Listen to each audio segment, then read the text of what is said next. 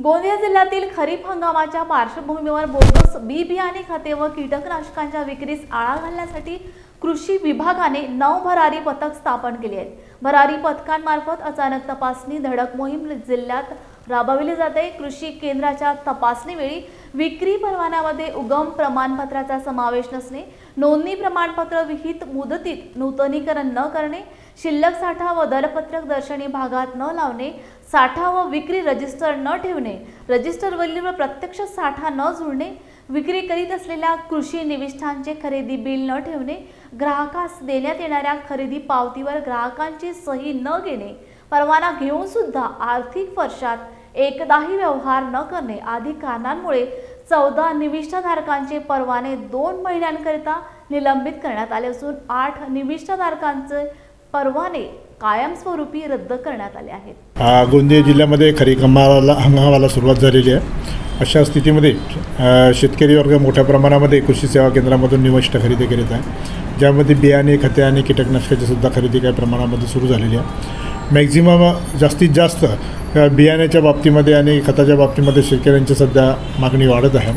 अशा परिस्थितीमध्ये शेतकऱ्यांनी जे कृषी सेवा केंद्रामध्ये खरेदी केलेल्या निविष्ठा ज्या आहे, या निविष्ठा खरेदी केल्यानंतर आमचे भरारी पथक 9 तयार केलेले आहे। या भरारी पथकामार्फत आम्ही पूर्ण जिल्ह्यामध्ये 8ही तालुक्यामध्ये कृषी सेवा केंद्रांची तपासणी करत असतो।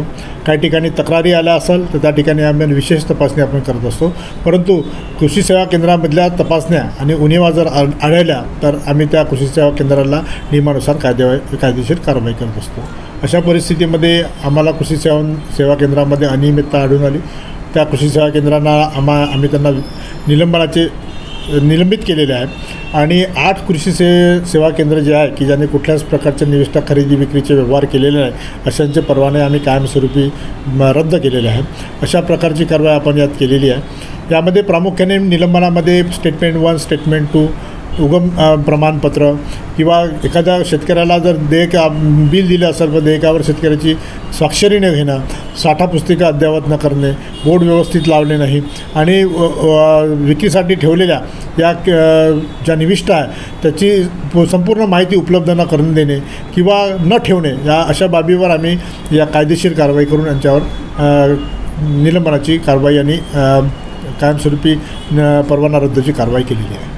याच्यामध्ये आम्ही 14 निलंबन केलेले आहे आणि 8 आम्ही कायमस्वरूपी परवाने रद्द केलेले आहे। यापुढे अशीच प्रकारची कारवाई आमची जिल्ह्याभर सुरू राहील, जेणेकरून क्वालिटी आणि एक शाश्वत निविष्ठा आमच्या शेतकऱ्यांना मिळेल, अशा प्रकारची भूमिका आमच्या कृषी विभागामार्फत सुरू आहे।